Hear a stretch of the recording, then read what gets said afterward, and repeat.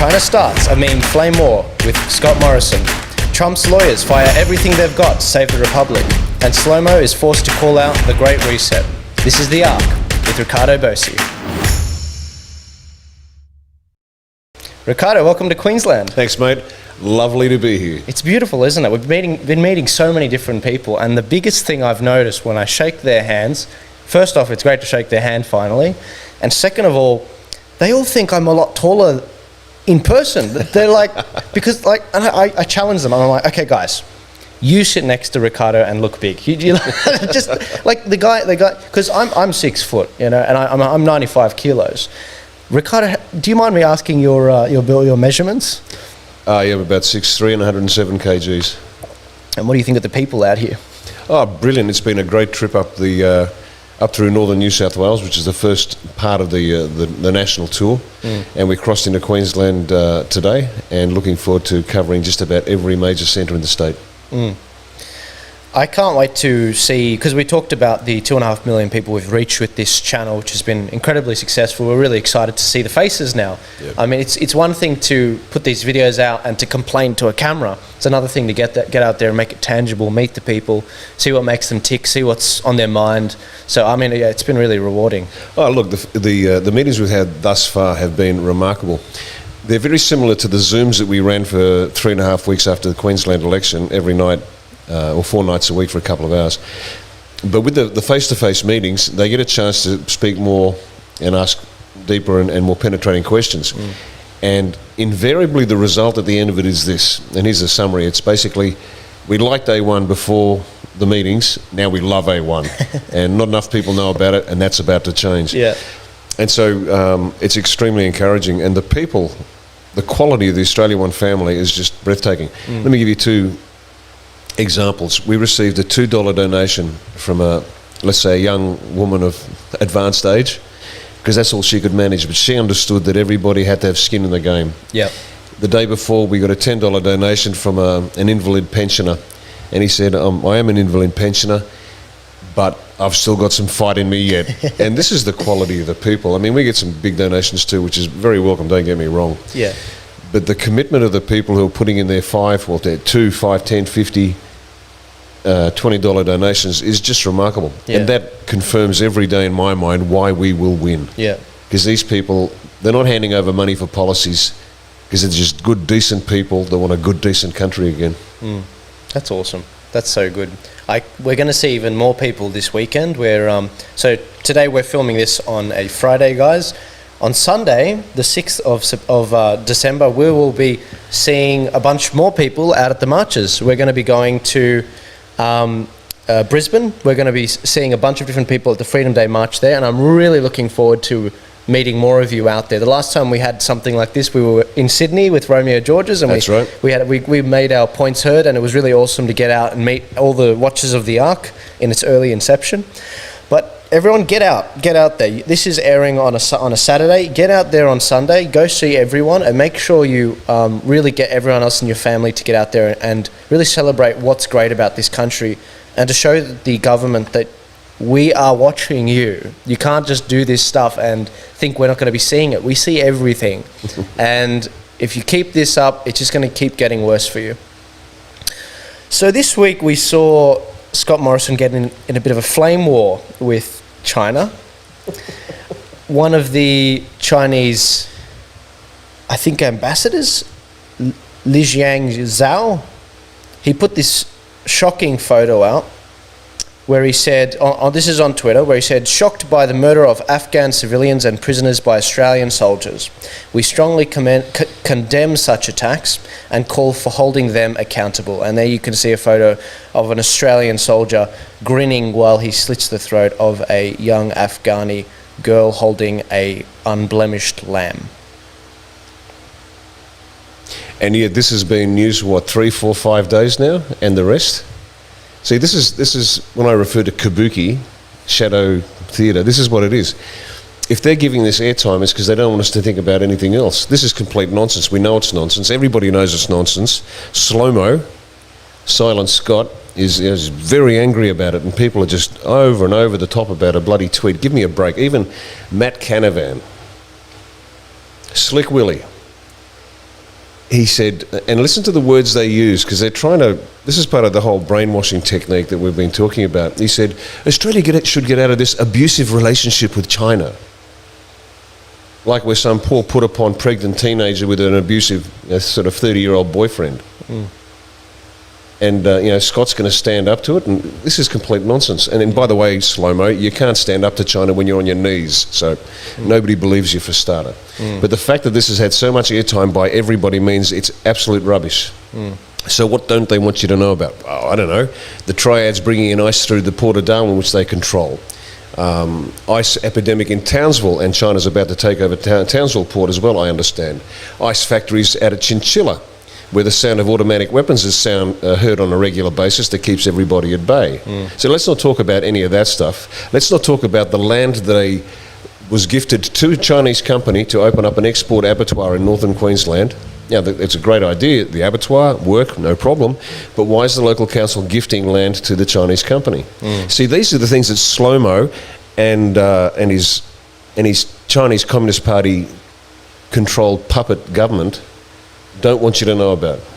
They want to know about a tweet, a meme. Give me a break, please, grow up. Just stop it. This is just nonsense. We know it's nonsense. Start fixing the problem, Slomo. I have to admit, it is strange that, let me put it to you this way, guys. The only time I've seen the media in the US commend Donald Trump was when he did airstrikes on the Assad government in the Middle East, when allegedly chemical weapons were done. They said he's very presidential, he's this, he's that. That's when you know the mother effers over there in the media are all in it together. The military-industrial complex. That's when you know something's up. They never agree on anything. Yeah. So when I saw this, I was like, hang on a sec. What's going on? Because, look, you look at ScoMo calling this out, and this fake pic, and it's at face value, it's commendable. It's like, oh wow, he found his marbles. He's actually standing up for Australia. Will he? Is he prepared to sever trade ties? Is he prepared to start pulling the trigger, or is it all words? No, this is just a show.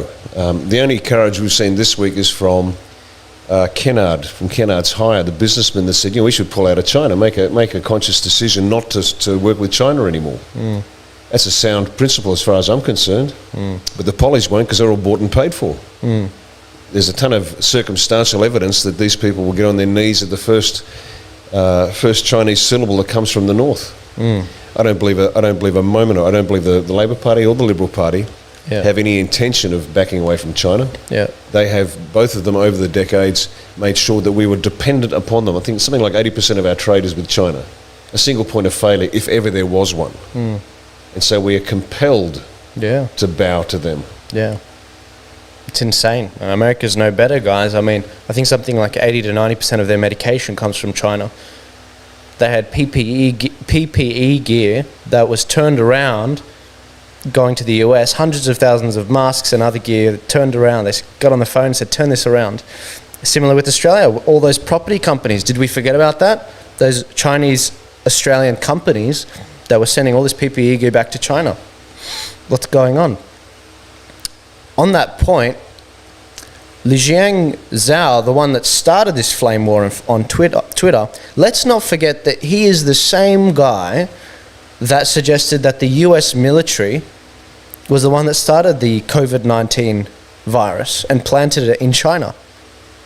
In fact, he might even be, I'm not sure if this is right or not, but China is starting to blame the COVID-19 virus on Italy last week. And that's Matteo Salvini, your relative over in Italy. He's calling it out, where China suggests that Italy may be the birthplace of the COVID-19 virus.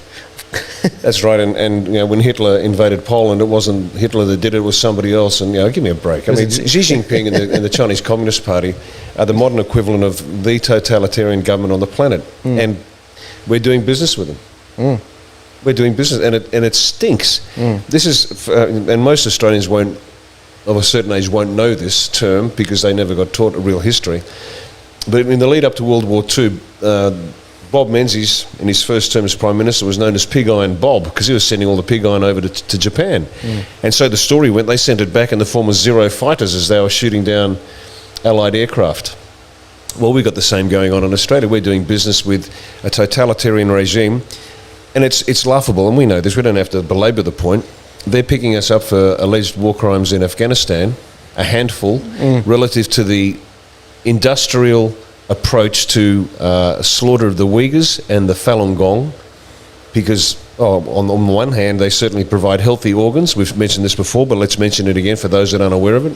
The Falun Gong, they eat well, they exercise, they meditate, so their organs are healthy. And so they literally, you can book a transplant for any major organ, and they'll match it, and you can go in there, book it in, and take it. Everybody else on the planet has to wait for somebody to die, but not in China. Yeah. And then they have the Uyghurs, and they do the same to the Uyghurs who are in concentration camps. The Uyghurs are ethnic Chinese who are Muslims, and they harvest organs from them as well, because they have the Middle Eastern market, and they want halal organs, halal hearts, lungs, That's livers, right. and you know it. What does that mean, halal? And there you go, acceptable, as opposed to haram, which is unacceptable, unclean, dirty. Yeah. And so to be lectured by these people is a joke, and everybody knows it's a joke. But once again, the fact that Slomo and his Chinese Communist Party controlled government is continuing this, and the lamestream media continues to feed it as if it is the big deal, it just goes to prove the level of complicity with the all Australian political parties, and the mainstream media and business, to pretend like we're doing something, but we're not. Because while they're making you look with at one hand, they're doing other things with their other hand. So this is a joke and a con, and we know it. Everybody knows it. It's insane, and there's a lot of agreement from people on the progressive side as well on what's going on with the Uyghur camps, and they're trying to battle with the Labor Party and the other progressives, and they're not listening. And none of the mainstream media is calling out. Peter Credlin, nope. Alan Jones, nope. Andrew Bolt, nope. Paul Murray, nope. Because they're all shills for the Liberal Party. China also tried blaming this week India. It seems like this is 1984, and the party or Big Brother is changing their mind for whatever that suits them. There's this great scene where history is just a constantly moving forward thing, being revised to suit the narrative for now, to achieve the next goal. You know, India, don't be surprised what happens between India and China, guys. Things are going to heat up very quickly, but we won't spend any more time on China. Speaking about Canavan, because you mentioned his name, to his credit, this week he's come out and said that he wants to call on the Prime Minister to tear up the agreement in New South Wales and build a coal-powered station in the Hunter Valley in New South Wales. Sounds like a good thing, doesn't it, Riccardo? Oh yeah, it's just too little, too late. I mean, it's almost like we're congratulating someone for doing their bloody job, and yet for years, old Slick Willie here has been silent. And all of a sudden, he's decided he better step up and say something. I don't know what's motivating him, but yes, it is the right thing to do. The whole national energy grid we've mentioned before is a joke. States should be independent of their power needs. Victoria has a ton of brown coal, burn brown coal. Yeah. New South Wales got black coal, you burn that. Yeah. Queensland can build hydro and burn black coal, then you should be doing that. Free it up, get on with it. This is a statement of the blinding obvious, but here's the trick.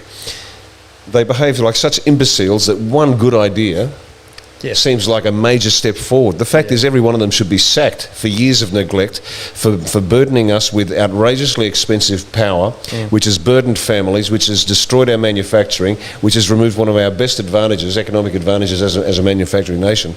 And finally he comes up with, hey, let's build a coal-fired power station. Well, good for you, Matt. Well done. Yeah. Except for one thing.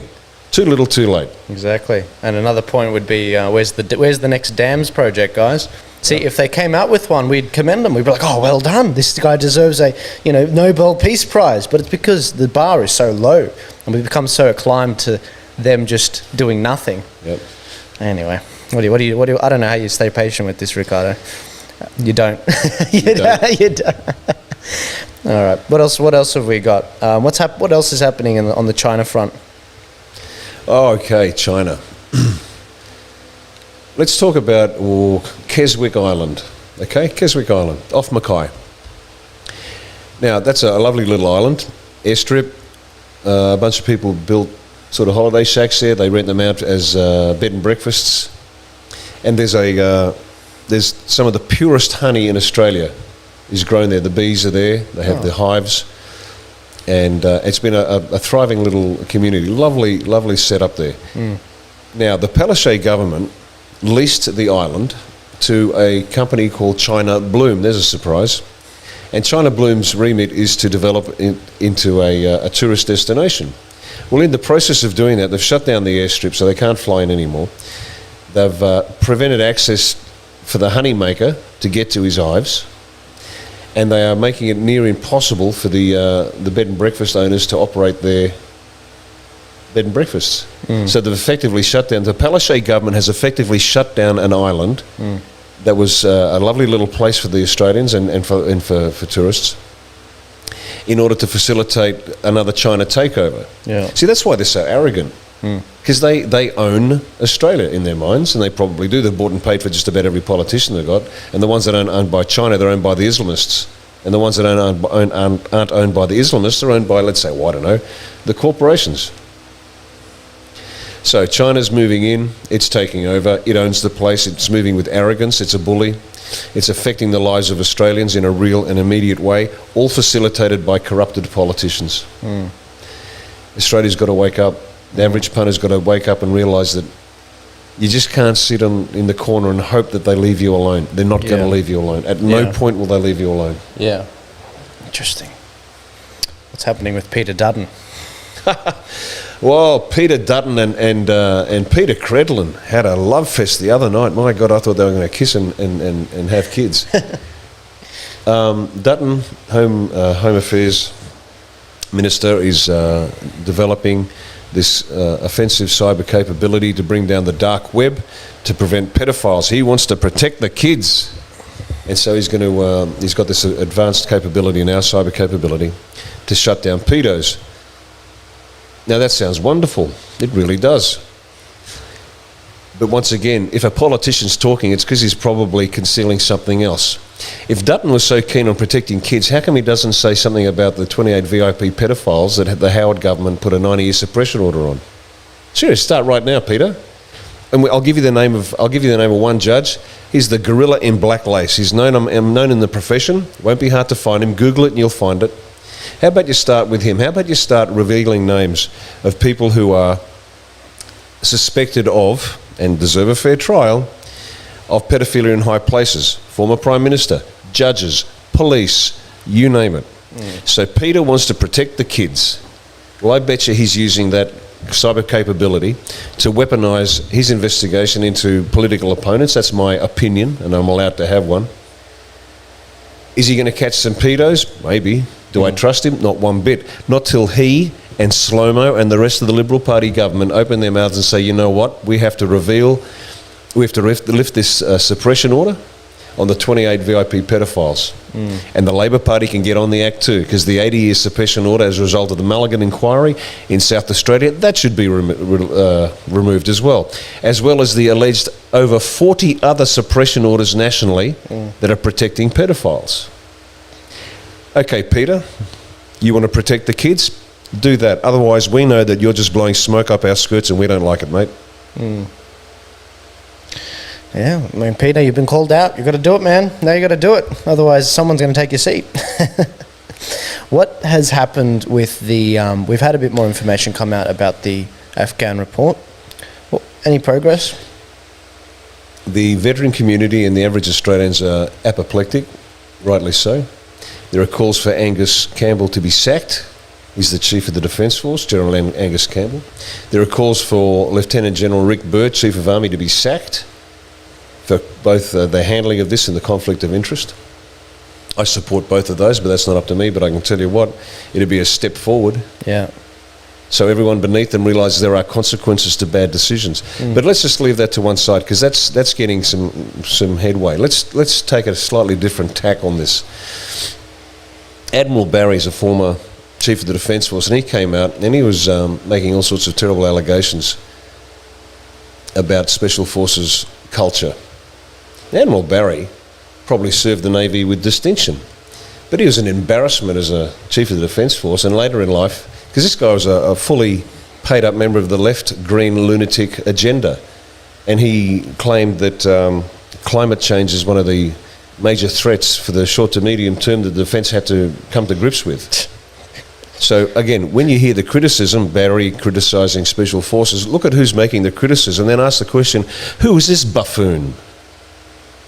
Admiral Barry, you're an embarrassment. We knew it. We kept our mouths shut. We should have said something at the time. But anyway, that's another one issue. And let's talk about Justice Burton, who did the actual inquiry. Yeah, Burton made the breathtaking assessment about Special Forces culture needing to be examined, removed, destroyed, clean it out, destroy the Special Forces community. Well, people should have a look at Justice Burton's background, find out why he was asked to do the job and why he would make such claims. Be interesting background to Justice Burton. Who's he connected to? Which organisations is he connected to? But more importantly, Justice Burton, you blowhard, you imposter, you pumped up nothing. You're talking about Special Forces culture. Well, I can tell you, mate, every one of those men is twice the man you'll ever be. Ever be. They have more integrity, more courage, more stamina, more everything than you. And you want to talk about Special Forces culture, mate? Okay, how about this? Have a look at the culture of the legal fraternity in Australia, where you and every one of your mates has been silent on these 28 VIP pedophiles that I mentioned earlier. Every lawyer and judge in this country is aware of what's going on, and not one of you says a thing. You are cowards to a man. Every last one of you. So, Justice Burton, you can get stuffed until you open your mouth and say something about the pedophiles that run it. And I'm not interested in judges that retire and then speak out. Show some stones, because you haven't got any. And how dare you criticise the Special Forces culture, where the culture of the legal fraternity in Australia is awash with cocaine and pedophilia. And you and your fat, lazy mates say nothing about it. The Chief Justice of the Family Court put on a dinner one night and had some females dressed in judicial robes simulating sexual acts. And this is the actions of a Chief Justice, and nothing happened to her, did it? Diana Bryant, nothing happened. And you have the temerity to call out the culture of the Australian Special Forces. I'll say it again, mate, get stuffed. You and your mates, until you open your mouth and clean up your own culture, you have no right, you have no grounds, you have no standing to criticise Special Forces. So crawl back under your bloody hole, Brereton, and understand that nobody gives a rat's ass what you think about us. You and your mates can go to hell. Next question. Warrior ethos. You know, his attacks they just kind of make me sound like it's like toxic masculinity. You know, we've got to slam toxic masculinity. Or maybe he lost his testicles somewhere along the track. I think you're onto something. I think I might be. Maybe he identifies as a 16-year-old girl. Justice Burton.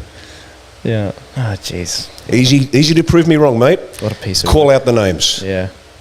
Call out your own culture. Exactly. We don't enjoy doing this. Just do your damn job, and then we don't have to cover this. There's better things to cover, I'm sure you'd agree. Like this.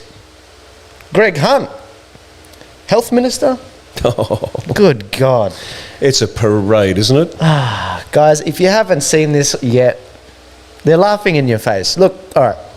I put this post out a couple weeks ago, and I purposely didn't report it because I wanted to see if he'd, one, remove the image from Instagram, and two, say why he owns the book. Nothing. Completely nothing. This blew up on social media. So for those of you who can see this image now, Greg Hunt, MP, Minister, not a minister for, what do you call him? Minister for killing people with vaccinations. Oh, I'm sorry, Minister for Health. He has this book. Hang on, is he wearing a poppy like I do? Yeah, absolutely. Oh, good. Isn't that funny? Isn't that funny, Riccardo? Okay. Anyway, he owns this book from Klaus Schwab. It's called COVID-19, The Great Reset. This is the guy that said, we need a great reset. We need the fourth industrial revolution. This guy, so look, I said, Greg, okay, I get it. We all read widely. Some of us have read Mein Kampf. It's fine. Can you please explain? Pull in. I'm sure you can. I'll tell you what that book's there for. That's their way of explaining that I'm all in with the Great Reset. I don't know if I've explained this to you before, how it works. I use the analogy of Indian cricket, right? The corruption in Indian cricket. You have, yeah. Right. So the millionaire wants to win, and millionaires don't lose. They want the game skewed in their favour. And so bookmaker comes along and says, I can fix the game so you can win. And so millionaire says, show me. He said, okay, you watch. This bowler, I control this bowler, and in the third over, on the first ball, it'll be wide to the right. And so they watch the game, third over, first ball, wide to the right. No problem. Bookmaker puts a ton of money down, gets his money, away we go. So it's a once you understand the code, the way it's done, that's how it's done. Now in politics, there are similar requirements. People are willing to back certain politicians if they can get the legislation they want, but they want proof that the politician is under control. And so what the party hack will say, well, you watch, during this speech, when he mentions the war in Afghanistan, he will pause and take a drink from his bottle of water and then continue the speech. So the politician makes the speech, and whatever the moment is, in this case, he mentions the war in Afghanistan, picks up a bottle of water, drinks and moves on. So the money man knows that this politician is controlled. Another way that was done more recently was in the US specifically, and this is going back during Obama era, where Ryan was reluctantly being drafted to the job of Speaker of the House. He didn't want it. Paul Ryan. And all of a sudden, people started growing beards. Paul Ryan grew a beard, a whole bunch of beards. There's even a couple in Australia that grew beards. Now, you might say, well, that's got nothing to do with it. It's got everything to do with it. Okay. This is their way of saying, I'm on board with you. Yeah. Okay, it's a code. Once you get the code, you get it. Yeah. And so they grew beards, and that's their way of saying, these are the people you can trust because we control them. And both sides of politics did it. Yeah. And in Australia, people did the same. Yeah. So what this is, in my opinion, this is Greg's Hunt way of saying, I'm on your side, Klaus. I'm all in. We will do what must be done. Make sure you look after me when I get out of Parliament because I'm utterly unemployable after that.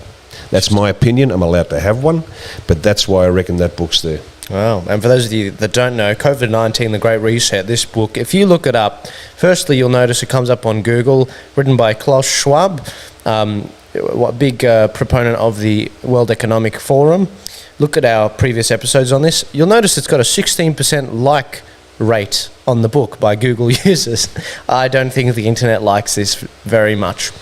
You know, I do want to read this book, guys, because you want to keep your friends close and your enemies closer. But Greg hasn't said anything about this image, and it blew up on social media, so that's why I'm bringing it up again. But let's move on. That's Greg Hunt, and this week we saw Labor is looking to support the Foreign Relations Bill. So as you know, there's been a lot of the federal government's kicked up a big stink over the fact that in Victoria that Dan Andrews signed the Belt and Road Initiative, and they want to be able to override that. So basically, what this bill that they've put forward indicates is that it will allow the federal government to override contentious bills like the Belt and Road Initiative, and many agreements made by the universities with overseas funders. Well, I don't know what you say to that, Riccardo, but not bad. It sounds right. Once again, they have sold us out for decades, and now because they appear to be doing their jobs, we're grateful. Too little, too late. The destruction of Australian sovereignty at multiple levels simultaneously for decades has been going on. And we mentioned it before, but I'll remind people who may not have heard it. There are councils around the country, Newcastle, for example, Newcastle City Council. And once again, councils have no constitutional basis. They are corporations created to do roads and rubbish and rates, and that's it. And yet these councils are the way the UN and the globalists get straight into Australia. It bypasses the national government, it bypasses the state government, and they get their strategic plans into state council, into council plans. And so they are controlling what's happening at the ground level. Now, this has been going on for decades. Everybody knows about it. So for the federal parliament to pretend they didn't know, they're either incompetent or liars. Yeah. For the state governments not to know, they're incompetent or liars. There's only two choices here.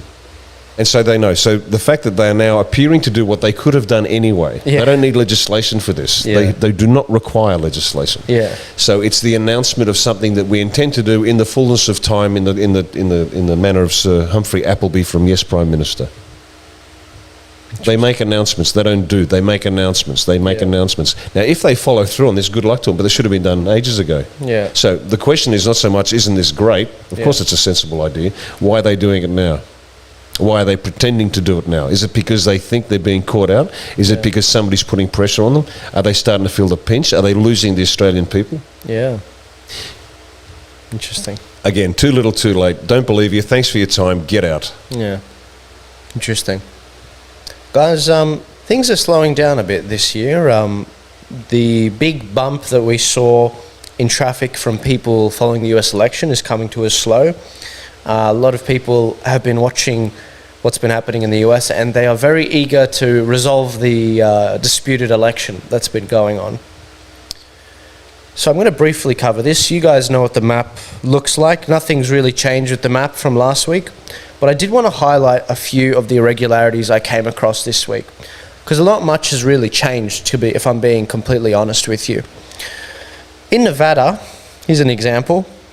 A Trump campaign lawyer, Jesse Bernal, just said that the campaign has evidence, which is filed under seal, which means it's not open to the public viewing, that 19,000 non-Nevadans voted, 42,000 people double voted, 15,000 commercial addresses or vacant lots had people that voted, and 8,000 fake addresses had people vote, and 1,500 dead people voted. The judge is going to be looking at this basically today, and tomorrow at 10 a.m. US time, he's going to be showing his decision for that in Nevada. Now, Nevada is only 6 electoral college votes.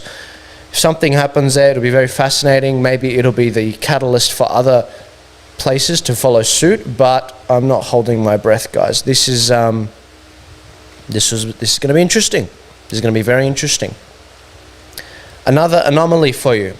Joe Biden won 16.7% of the counties in the USA.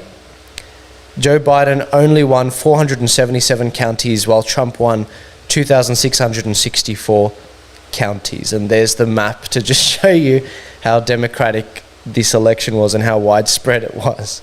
So obviously you've got all the urban centers voting for Biden. Another irregularity I wanted to show you, because by the way, just on that last bit, Obama won a greater percentage than that. That's why it's important, because I don't think Joe Biden was as widely loved as the first black president of the United States that was promising to end wasteful wars in his first term. Moving on, we've got a ton of irregularities. One of the things we've been finding is you've got all these votes, Riccardo, and you've got the Republicans doing really well down ballot, but Donald Trump not doing well. You have all these ballots coming in just voting for Biden, but not voting for the other Democrats down ballot. So the result of that is the GOP in 2018. So this is when Donald Trump wasn't on the ticket. In 2018, the GOP, the Republican Party, lost 40 House seats. This time round, they had Trump on the ticket. The Republican Party held every seat in the House of Congress, in the House of Representatives. They didn't lose a single one. They were projected to lose dozens. They gained 12 House seats. And on top of that, looks like they're projected to hold on to the Senate, according to the majority view. And statewide, they made GOP gains.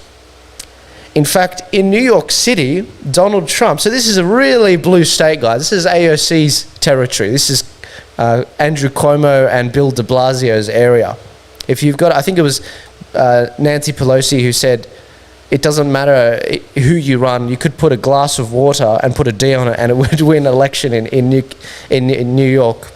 So Donald Trump, he got the highest vote count since 2004 in New York City.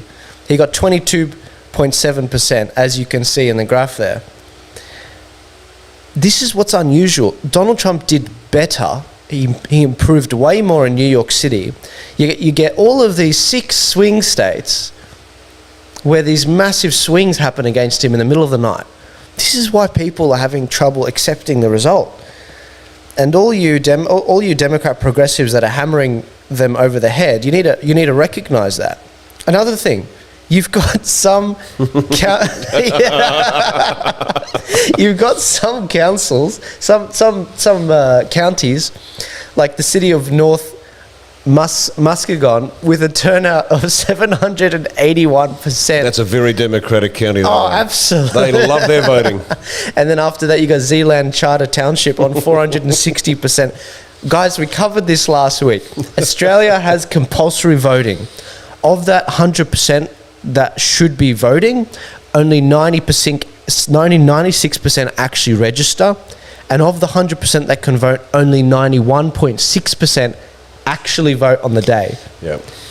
The fact that you have dozens of counties we're all looking at right now, that are above 91.6% is insane. We used to laugh in the old days when the Soviet Union would have its elections, and we had 97% popularity for the presiding dictator, and in the West we'd sit back and laugh. But look at this. This is just so inspiring. 781%, 460%, 215% of just brilliant. Yeah. We're a joke. Yeah. The same stuff happens in Oz. Jeez. It's happening in the US. It's exactly the same. The vote fraud is as profound. Yeah, and I mean we covered it briefly, and I think the first episode of the Ark, where you said in Queensland there's this place where there's all of these empty lots. It's where the beach is, and there are thousands of votes that are just coming from there. And there's no houses there. There's no letterboxes there. Nothing. And we're seeing that. I mean, I called it out before, guys. Thousands of votes in Nevada. Addresses that don't exist. Some of them do exist, but it's a shopping centre. People don't live in a shopping centre. Yeah. It's insane. It's absolutely insane. I wanted to briefly touch on the changing demographic of the Democrat Party. So this election, we've got a lot of stats that have come out. You can see this first graph, which is the presidential vote in the top 100 counties with the highest 2019 median income. So these are the richest counties in America. Now, in the 1980s, you could see that the Republican Party was the party of, the rich and the powerful, and the blue dog Democrats were the less so. Well, 2020 has completely reversed that. We're looking at 57% of the most expensive, most highest earning average counties in the US voting for Joe Biden. In fact, how many billionaires? We saw a couple of billionaires run this time. I think we saw Tom Steyer and Bloomberg run this time around, yet they have the audacity. People like Bernie Sanders, who rails against the billionaires and the millionaires until he became a millionaire. He stopped saying millionaires.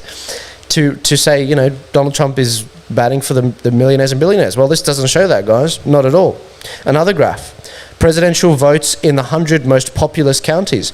As you saw before, Joe Biden, he's apparently won the election with only 16% of the counties in America. These are those counties. 91% of them are the most populous ones. So you've got these inner city, snooty elites, and here's the next graph. These are the presidential votes in the top 100 counties with the largest share of college degrees. 84%. Go figure. The richest, best educated. Yeah. And if you think that being educated makes you a better citizen, guys, did you know that the most educated cabinet in history, with the most PhDs and doctorates between them, was Hitler's cabinet? There you go. There you go. Absolutely insane. So, well, it speaks to your point about the corporate Democrats. The corporate Democrats are a group unto themselves, got nothing to do with ideology, and the genuine left are beholden to them. Yeah. And you said it. Let Trump smash it. Yeah. I've been saying it for a few weeks now. I've been scratching my head. And look, the changing nature of the party, guys, there are over 100 million people in the USA that will oppose Joe Biden. At least with Trump, he had 50% of the country that backed him. 74 million people. The second highest vote in history, according to the votes we got this year round. I bet you any money there's over a million. There's millions of votes for Joe Biden which shouldn't be there, but 100 million people do not back Joe Biden. Where am I getting the other 30 or 40 million from? It's from the Democratic Party. Remember, guys, I used to be a progressive. 2016, 2017, Joel Jammal. He did not like the corporate Democrats. He did not like Obama. He did not like Joe Biden. He did not like Hillary Clinton. For the same reasons I'm telling you right now. This guy, I'm not even kidding. I'm looking forward to showing this clip to people in the future. Count down the days from January 20th, if Trump doesn't pull this off. Count down the days that Joe Biden, until he blows up his first kid. Just wait for it. Tim Pool, he voted for Obama in 2008. Massive win. It was a record-breaking win before these elections. And it was all great. He was promising to end the wars and bring the troops back. Never did it. In fact, in his first term, he drone striked American citizens, young boys, young girls, civilians. Insane. How long until Joe Biden does it? It's not looking good, guys. It's not looking good. And that's what you can expect. So don't be surprised if you have 2024, the year of unusual alliances, all the Republicans and Democrats getting right behind Donald Trump so that he can be the bull in the China shop, smash the China shop up so that in 2028 you can have the Republicans and the Democrats have a true battle of ideas and go from there. I still think Trump will pull this off. I think he's going to be the president. If he doesn't, it'll be he'll be back in 2024 for another 8 years. Yeah. As long as we can survive the 4 years of a Biden administration, because if Biden does get in, the US and therefore the world is going to be in a bad way. Absolutely. And you know what? I've been hearing things get so desperate. There's a constitutional group in the US that are saying that if Donald Trump is unable to take the legal route, he might need to declare martial law just to secure the country. I mean, I think it was Pompeo who said in the US, he's the Secretary of State, he said that China has successfully managed to infiltrate every level of the US government and our infrastructure of the country. They're already under a state of emergency and have been for some time now. He announced a state of emergency back in his first 12 months. Yeah.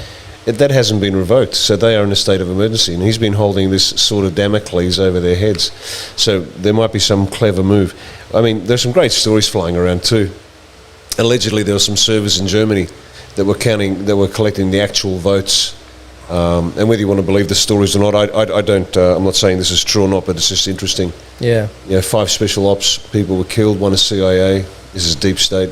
They got the servers, and it shows that Trump has won something like 410 of the Electoral College votes. Yeah. The Attorney General Barr has said there's no evidence of wide systemic fraud. Yeah. So Barr's either crook or they're playing 3-dimensional chess again. But there's so much going on, and what I've noticed about the way Trump plays the game, he allows people to hang themselves.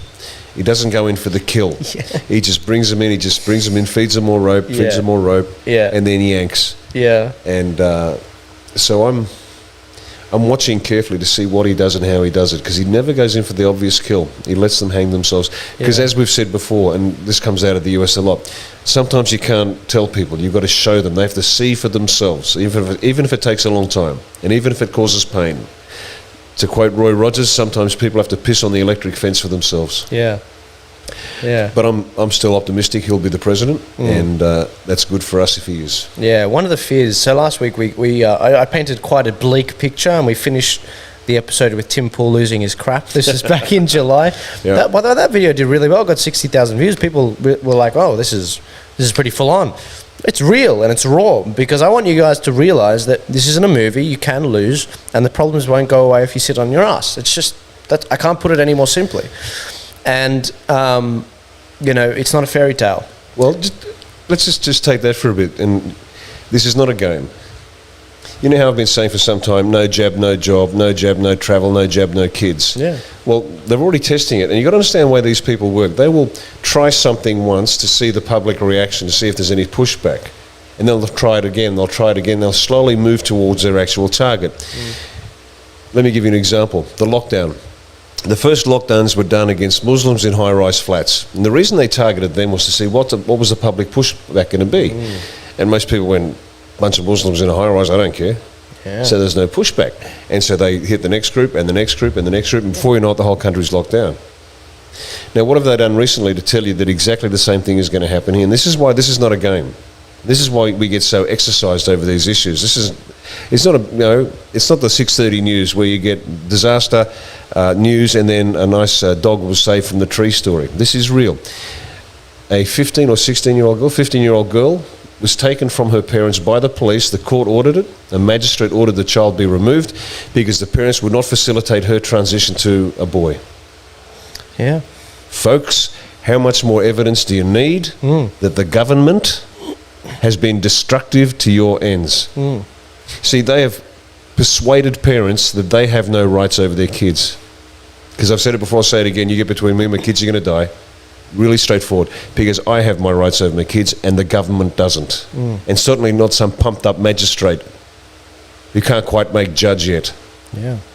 And yet a magistrate is now top. Now, Brandis, our weak-kneed Attorney General, who's now the High Commissioner in London,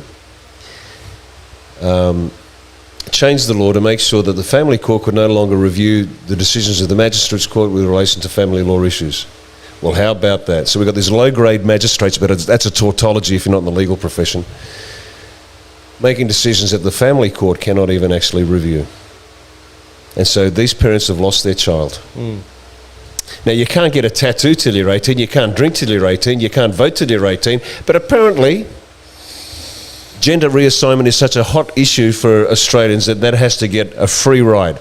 So understand this, what's being pushed against you is to destroy you and your kids. And they don't care about your kids. All they care about is their agenda. So when they come in for your kids, folks, you were warned. Better start standing up. Better start saying, no, this is my child. You have no right to take my child from me. Even when I joined the army before the age of 18, my parents had to give authority for that to happen because I was only 17 at the time. And the army stood in there's a Latin term, but in the place of the parents. And the parents had to give authority to the army to take me on as a 17-year-old. Now it's the other way around. Because people have been persuaded they don't have rights over their kids, that the state is sovereign. The state is not sovereign. The government is instituted with the consent of the governed. And when that government becomes destructive to the ends of the people have the right to remove it. That's the Declaration of Independence.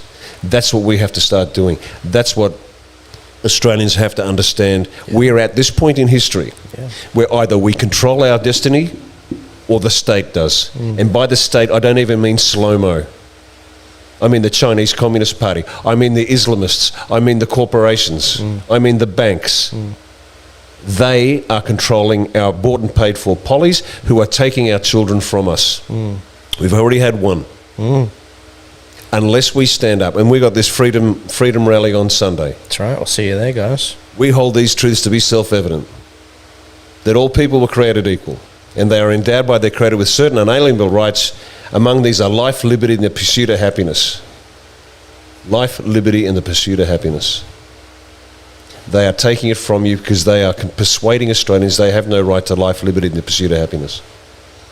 Oh, come and take my kids. Please do. But you better send a lot of people around. I tell you what, send that brave Brereton around and that brave Admiral Barry. Send them the first ones through the door because I've got a special surprise for them if they try it. Yeah. But I'm serious, folks. You've been warned again and again and again. It's time to wake up and realise they are going to destroy you, your livelihood. I had a meeting and one gentleman said, but they can't take my house. I have a piece of paper. And I said, look, you got to understand, they don't care. They can go to the local police station and say, I have a title deed. They're going to say, so what? Mate, if they can run a train through there, they can take your house just like that. No worries. They'll take your house, they'll take your money, they'll take your kids, they'll take your life. Yeah. And you'll sit there wondering what the hell just happened. I'll tell you what happened. You sat there on your fat asses for 30, 40 years and did nothing and just hoped to be left alone. Yeah. You can't hope to be left alone. Yeah.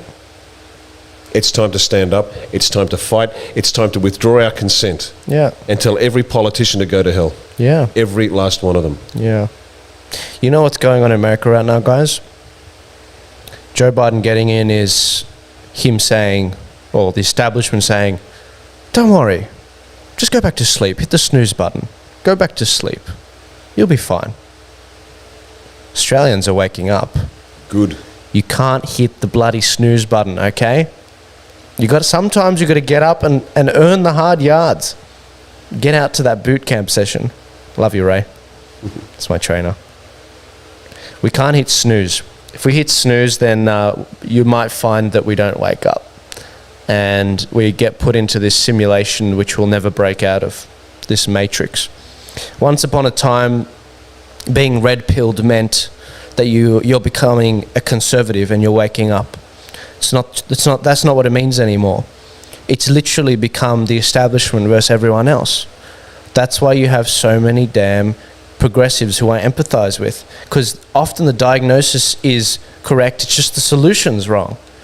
And here's an example of that, guys. We've got a situation where Tulsi Gabbard is siding with Donald Trump. And we'll come to that in a sec. Why is that? Because it's not about left and right, it's about right and wrong. Exactly. That's why. Exactly. See, guys, it's not a matter of... I'm meeting Drew Pavlo this week, and we're going to film a podcast together. Drew Pavlo is very similar to where I was 2 years ago, when I was progressive and a donating member of the Young Turks. I don't expect to change his mind. I don't expect him to turn him conservative. I do expect him and I to agree on some fundamental principles, like that of the Declaration of Independence, because I believe that allows for both of us to coexist. The rise of the corporation, Jeff Bezos increasing his wealth by 100%, the middle class and the small income businesses being 30% of them being wiped off the face of the earth in the USA, they're not coming back. They will be in Australia, though. Yeah. Oh, I mean it. They're coming back. Yeah, a Nirvana. That's the way we're going to do it. And we're going to prove good old that dropkick Josh Frydenberg. And the reason I call him dropkick is that's what he called Trump. Yeah. He called Trump a dropkick. Really, Joshy. Little Joshy Frydenberg. You can crawl under your rock too, mate. Yeah. No, we can come back. And this is the good news part of the story. Once we get into power, and by we I mean the people, not the elite, because you called it. You actually said it right. This is a revolution against the elites.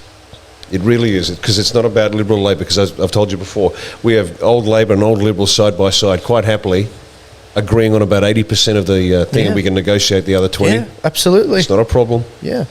But the Australian spirit and the Australians that we are meeting, and we are seeing, the Australia One family particularly, my goodness me, they've got some fight.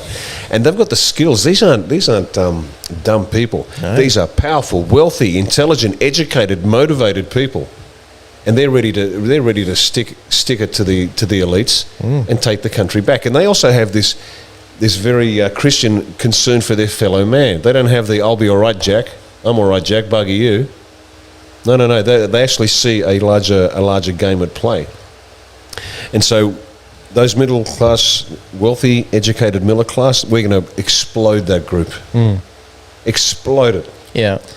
It's going to be fantastic. Yeah. Bigger rural communities, smaller city communities, bigger families, bigger country towns. We'll spread the people out because they're going to want to live there because it's a better lifestyle. And I've told you once before, one of our metrics, one of the tests of our effectiveness of our economic policy is that one breadwinner in a family makes enough money to buy a house, educate their kids, go on holidays and leave a nest egg for their children after they pass. Now that's a hard measurable metric, as opposed to mum and dad working 2.5 jobs, bundling their kid off to daycare from 6 months on and hoping they can just make the electricity bill next week. Yeah, and them coming back a socialist, the kids. There you go. We'll turn this around. Yeah. I worry for the rest of the world in the sense that I think they've got real problems. Yeah. I'm so optimistic about Australia, it's not funny. Yeah. We're going to be fine. Yeah. We are going to be fine. Honestly, guys, and this is where the faith comes into it. I can't explain... Oh, geez. You ready for a Messiah complex? Go for it. I can't explain the last three to 5 years of my life. It's got to work. It's got to work. Honestly, we're on the right track. We're on the right train track.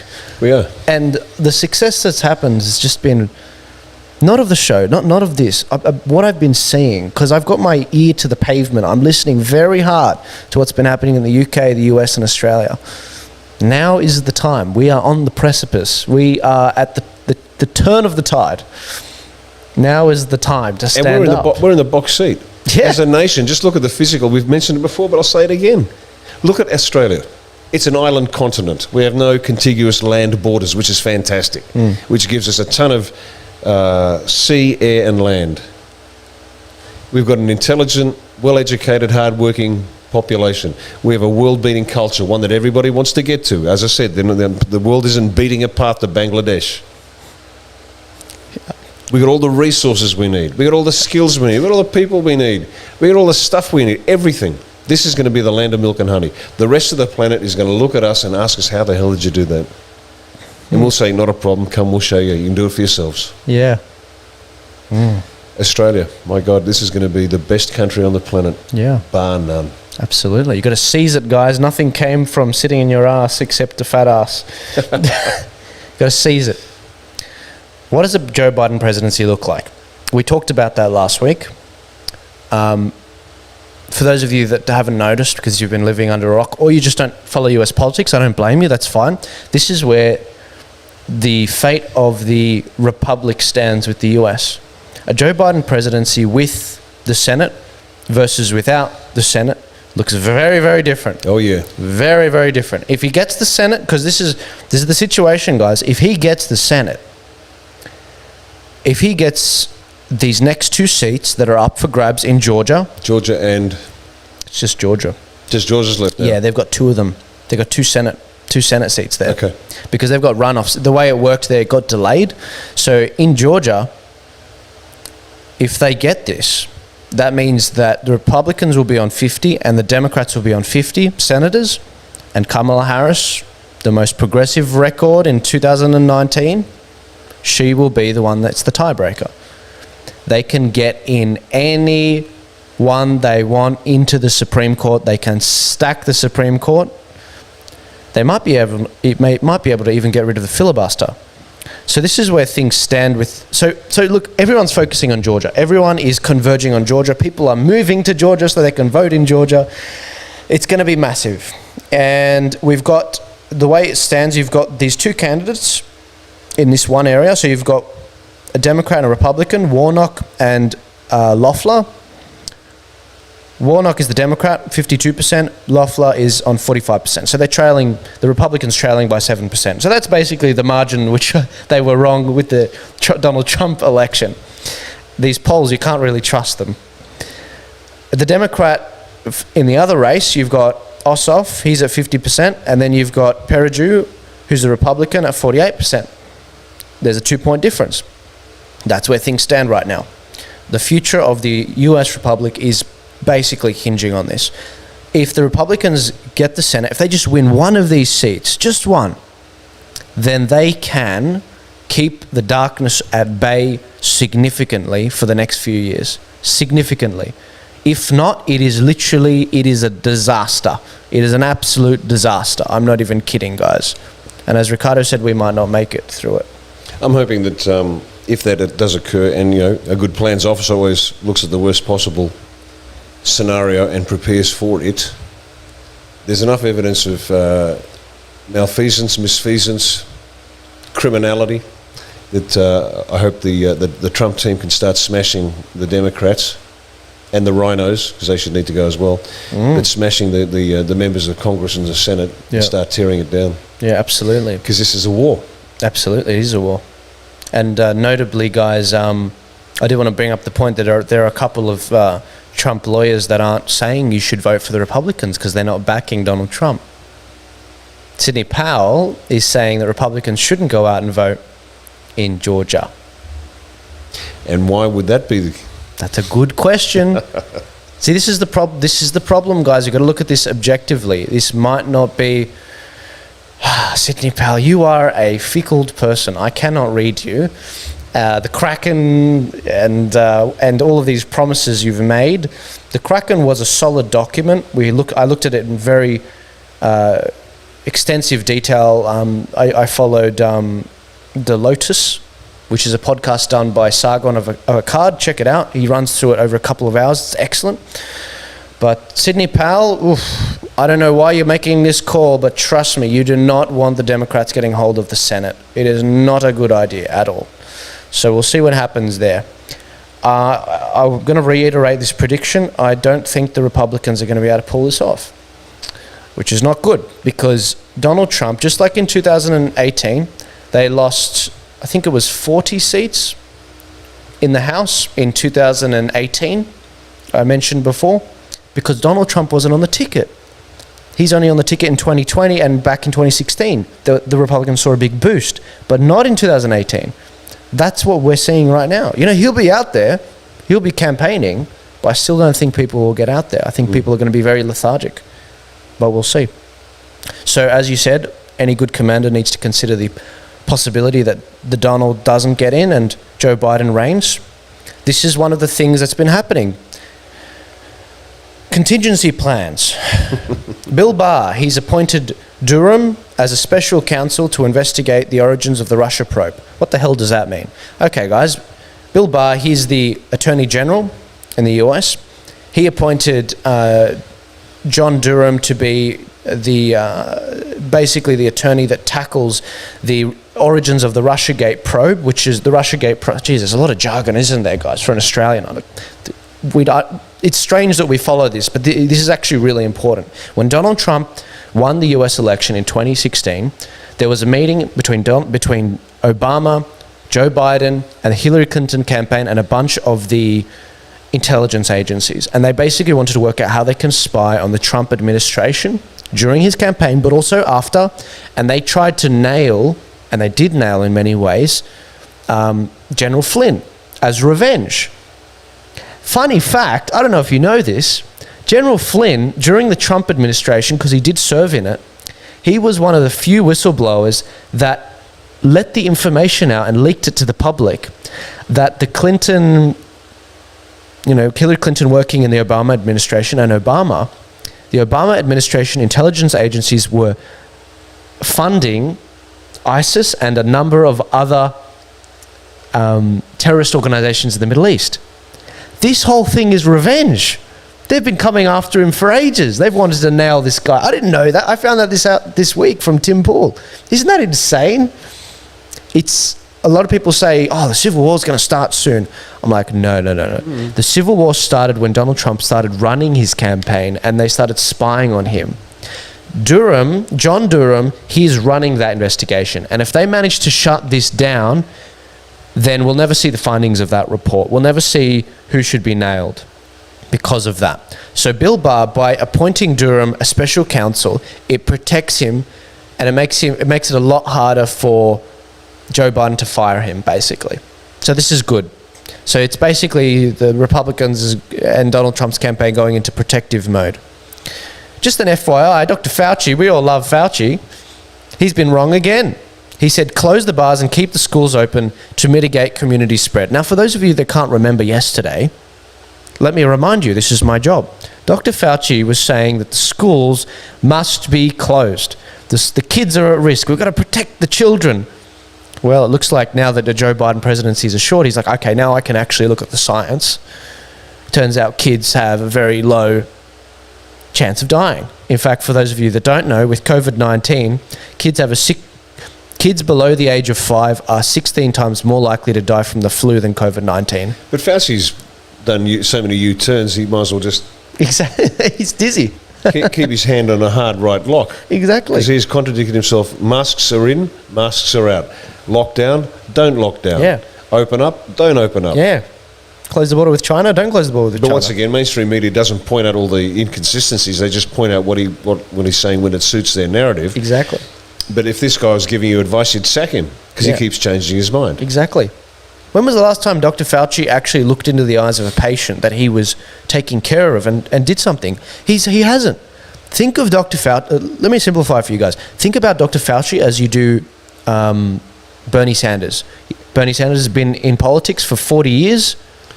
He's lived up to the public teat for his whole life, never held a job, never started a business, never created a job. That's Dr. Fauci. He served as a doctor a long time ago, not anymore. He doesn't see patients.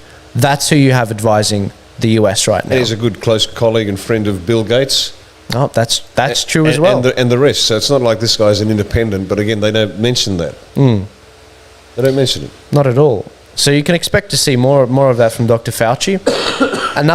Some troubling news. You guys have heard me praise Dr. Scott Atlas. I first heard him on the Hoover Institute back in July this year. He gave a phenomenal interview with Peter there at the Hoover Institute, and they talked about bringing common sense to the way they're approaching the COVID-19 crisis. Well, he's just resigned as special advisor to Trump on the COVID-19 crisis. He was set to serve for 130 days. That expired this week, and so he resigned on Monday. That's not good, guys. This guy was a voice of reason. In terms of the lockdowns, he was one of the people early on that was saying we need to open the schools, we need to take a common sense approach to this. The lockdowns are worse than the virus. Look at how many kids are being abused at home because it's not being picked up through the schools, which is the number one place where you pick up on abuse. This guy was a good actor, and it pains me to see him to go and not get brought onto the Biden administration, because he was a really good guy, guys. Another thing that we've been looking at, you can expect. This is going to blow your mind. 23.6% of all US dollars were created within the last year. Keep those printing presses going. Undermine the currency. If you have debt, this is great for you. If you have savings, this is terrible. Guys, I'm not going to pretend I 100% understand the repercussions of this, but it's bad. It is very, very bad. The funny thing is, though, whilst it's bad on one level, it's managed to keep the economies afloat falsely, that keep it afloat, which has prevented the Fed from destroying the economy, because it's again hard to explain, but it's a Ponzi scheme. You build it up, you build the bubble, it bursts. You build it up, the bubble, and it bursts. Yep. And so this is how the Fed controls the economy, by crashing it on a regular basis. What they've done by printing more money, because now that Trump controls the Fed to a degree, is that he's kept the economies alive. So he's using the Fed's own weapons and the globalists' own weapons against them to keep people up and running. So whilst it's a problem that the dollar is now worth a whole lot less than it was, that the printing presses are keeping it going, and it's a false economy, it's always been a false economy, but now Trump's using it to keep people afloat. So when the economy does get recalibrated correctly, when Trump wants to back it with gold, when Trump wants to produce money with real weight behind it, and which we're going to replicate in Australia 1. Yeah. The transition from this ridiculous situation, we move from this to a more balanced, sustainable economy, the basis to it. So in one way it's odd, but in another way it was actually a stroke of genius for Trump to use their own weapons against them, to keep the economy afloat, because they wanted it to crash. They needed it to crash. Yeah. And it didn't. Yeah. It's still just struggling. Yeah. But it's still there, and there's still the potential for a recovery, which is what Trump's banking on, and certainly Australia 1's banking on too. Yeah. Because we're still in a position now. Frydenberg, what did he say? We're out of recession because we had a positive growth in the last quarter, but the recovery is still underway. Well, this is just Josh playing the numbers game, because the way they calculate GDP is a set formula, and it's just it's a trick by numbers. And if you put the right numbers on the input, you get the right number on the output, and it says GDP is in the black. So all is good. Well, all is not good. It's a lie. And this nonsense recovery based on home renovations and cashing people up in order to build, the reason they do that is they don't care about the renovation. It's because the housing industry is a key input to this health of the economy metric that they give to people every so often. That's the way they do it. That's why they keep bringing in migrants to build more accommodation. The housing, apart from other things, the housing bubble continues to give the impression the economy is sound. Not true. But the fact is, we're moving through this position where the economy is sound.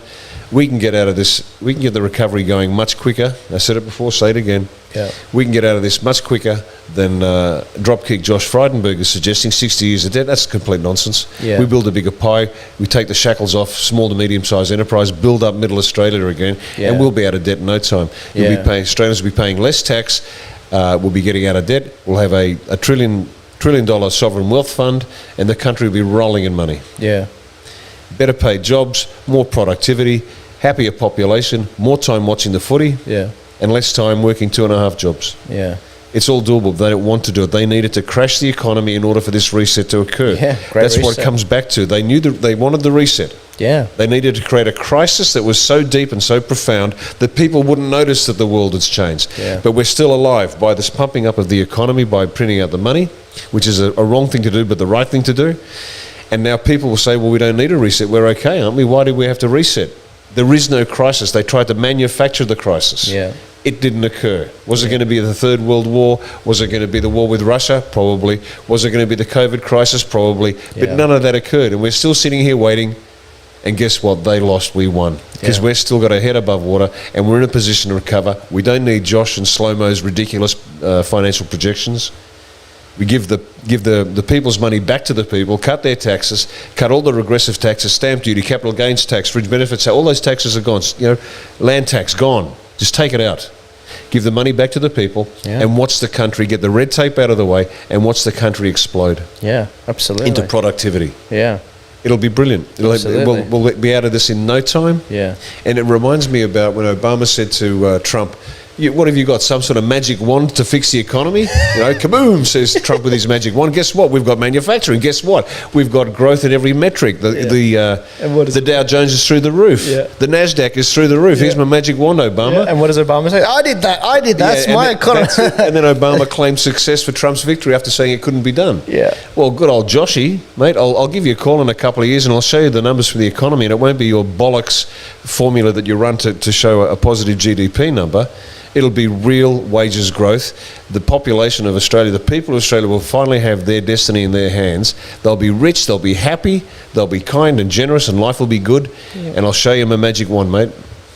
Why can't they just do it? Just like that. Because their job is to destroy the nation and hand it over. That's their job. God damn it, this is frustrating.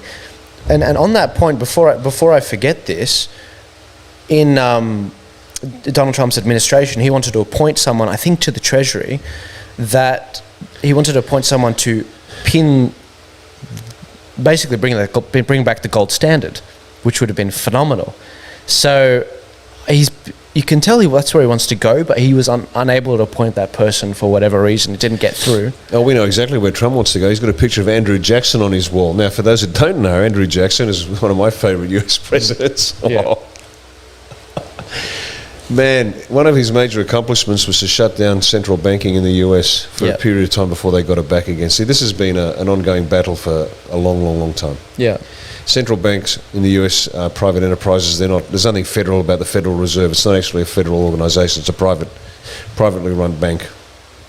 It was allowed they started in 1913, and then Woodrow Wilson passed it, got it through, I think, in 1917, and enslaved the US population. Anyway, back to the point, we know where Trump wants to go and why. Yep. He wants to kill the Reserve Bank and control it, which he's now, I understand he actually has actual control of it, and he allows them to do what's got to be done. And he has used their own weapons against them, as I said, to get back to your original point, pumping the money up. Yep. Insane, except it's exactly the right thing to do. Sometimes situation is so stupid, so crazy, that the only sane thing to do is the insane action, use their own weapons against them, keep the people afloat to the point where he can actually set them free. Yeah. We're going to do the same in Oz. But we have a benefit here. We're not suffering to the same degree from central banking problems that the US does. But as I've said before, one's got a policy where we control our money supply. It's going to be backed by gold. And if we need loans, we don't go to private banks. Awesome. Oh, it's brilliant. You watch. It's awesome. I can't wait. Watch this space. It's going to be a lot of fun. I can't wait, and I'm going to enjoy this for a very long time. So I'm very interested. Just briefly, guys. FYI, 40 states they've filed antitrust lawsuits against Facebook. Antitrust, for those of you that don't know, that's when a company gets too big and they have to basically break it up. And so this is very good news in 40 states. This is because this organization's it's not a free market, basically, and Google's just become this oligopoly with the other companies like Google, and it's not a good deal, basicly. So I just want to bring that to your attention briefly. Yeah, the origin of the antitrust suits goes back to, amongst others, the steel corporations and some of what they referred to as the robber barons in the early days of the United States. And they effectively destroyed competition by becoming so big that it was decided that they needed to be dismantled. Now, the rabid capitalists, the extreme capitalists, said this is terrible, it's wrong. But it's got nothing to do with capitalism as a system. This is mercantilism. This is ownership of the entire setup. Yeah. And so antitrust laws are necessary. Yeah. And Bill Whittle, if you haven't heard of Bill Whittle, is an excellent US political commentator. He makes the point that when you use the term generically, then it's got to a point of dominance. For example, he held up a Band-Aid and said, this is a Band-Aid, but it's not actually. It's an adhesive sanitary strip. But Band-Aid is the brand that Johnson & Johnson owns, so it becomes that common. So when we say Google it to find out something else, it's now become part of common parlance, but the vernacular. It's an indication of the dominance of an organisation. And even Whittle, who's a huge enemy of antitrust laws, understands that even he has now got to the point where he understands that when a corporation is so large that it in itself, to again borrow the words from the US Declaration of Independence, has become destructive to the ends of the people, then something must be done. And antitrust laws are great. There's no problem with those at all. Yeah, absolutely.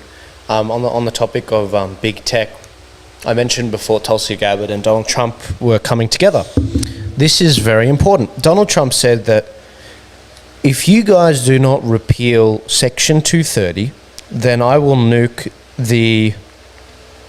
I will withhold funding from the military, basically.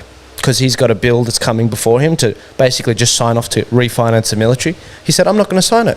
In fact, I'm going to veto it. So that you guys repeal Section 230, which is Section 230.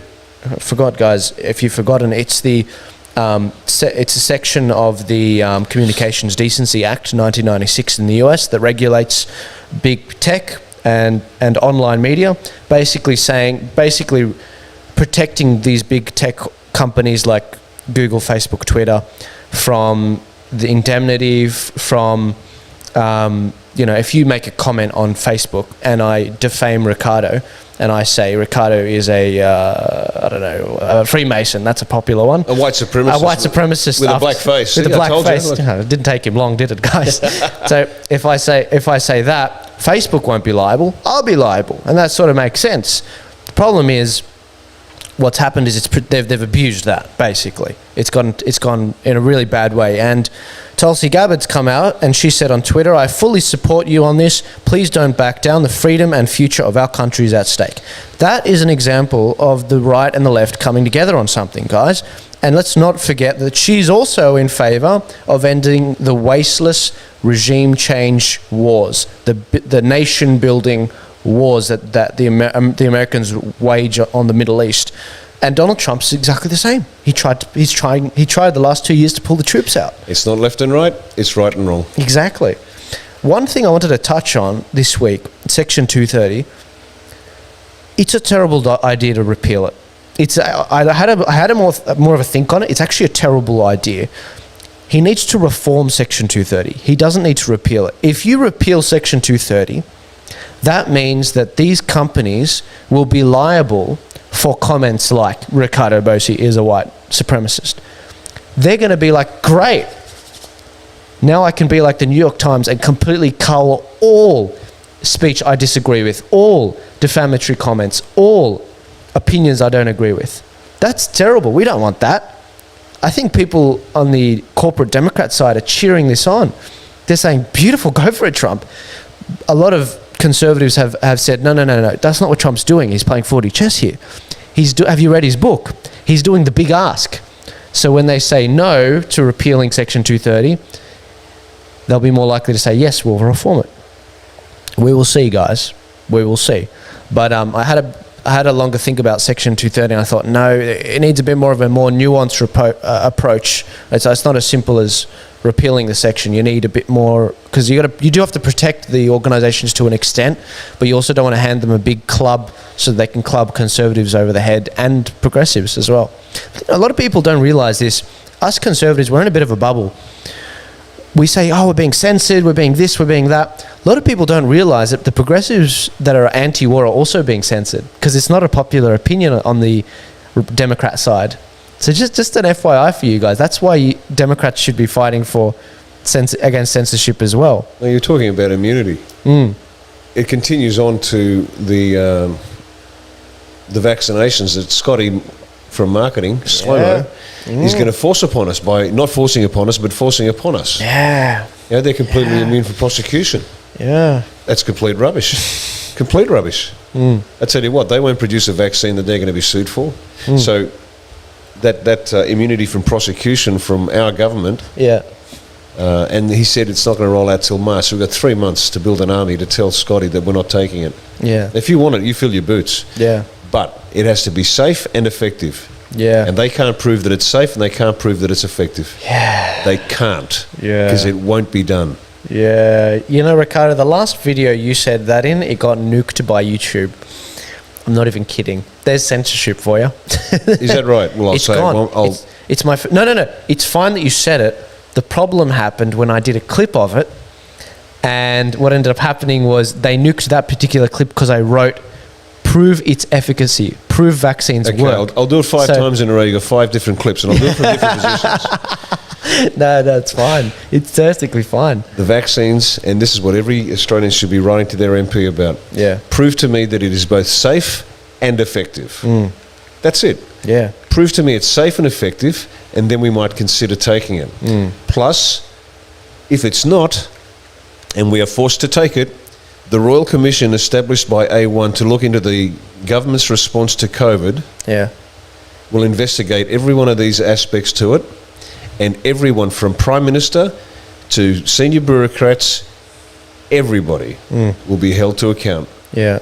And just to make sure we get the result we want, we're going to tighten up I've told you this before, tighten up the definitions of treason and sedition. Oh no, there'll be a reckoning. Yeah. And they're not going to like most of it. Is the vaccine safe? You first, Slomo, you first, you and the politicians. That's a bipartisanship agreement I think we could all agree on in the public. And I want to see it and I want to give it. Yeah, you and your kids. Yeah, so guys, if we do get taken down for a week and I can't post, you know why. You know why. Let's have a quick flashback to July. We had a situation where we had George Floyd wrongfully killed by transfixiation, according to the medical report. A cop kneeled on his neck and he died by suffocation, also because he had drugs in his system, because he had enough drugs in him to kill a horse. A lot of people decided to post black boxes in solidarity, makes them really feel good and help the black community and stop ending the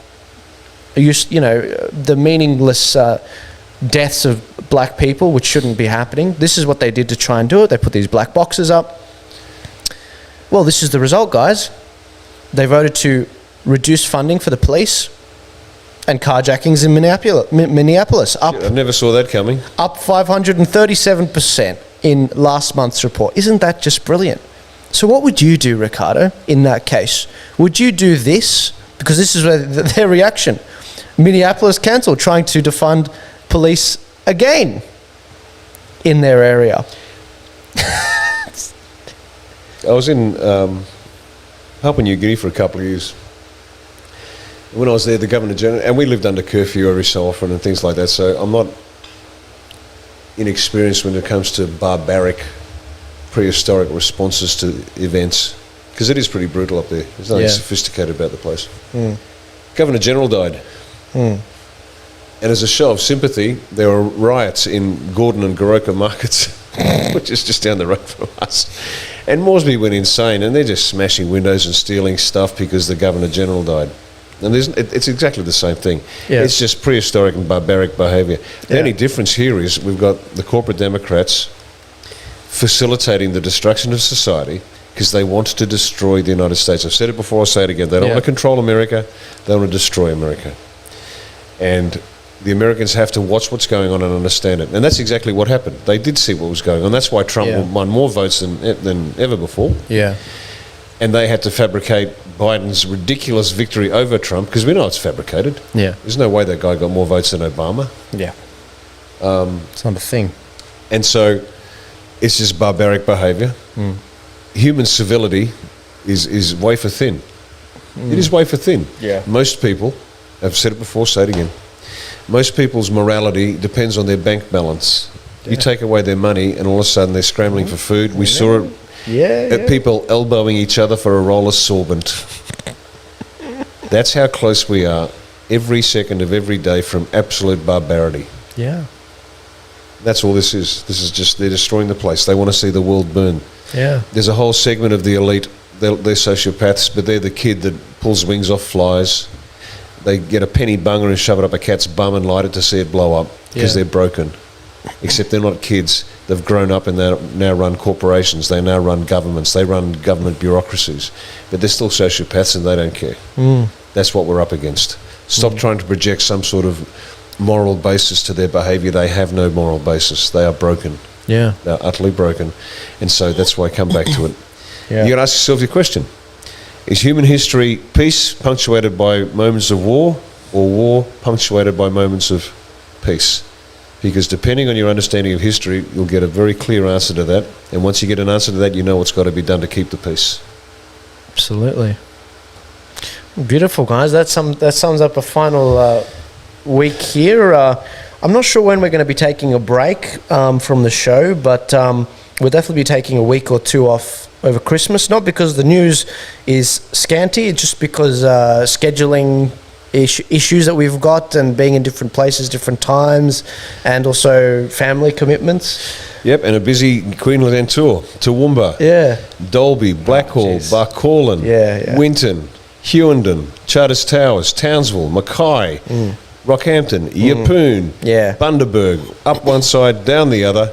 Over the next 3 weeks, it's going to be great. Go to the Australia One website. The list of cities we're visiting and the dates is up there. Come along, say hello. Yeah. Particularly this Sunday, right? Freedom Day marches. Get out there, guys. You bet. Absolutely. Be there or be square. That's right. And this is Sunday, the 6th of September, guys. If you see this late, this is good. This is very good. Now's the time to do it. I know you guys are like, oh, but things are opening up. It's fine now. It's good. If you let them get away with this, they'll be back. You know? Well, that's okay. Let's finish on that point.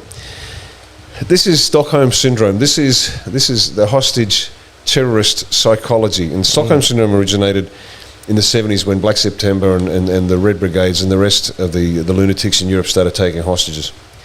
And what would happen over a period of time, the hostages would begin to sympathise with the terrorists. And so when they were released, the hostages would sometimes try to protect the terrorists. That's how strong this psychological process is. Now, what they've done to you is exactly the same thing. They have chipped away at your rights to the point where you sit there with a mask on your face, pretending it's going to make you feel better, standing 1.5 metres from your grandmother, don't give her a hug because you might kill her.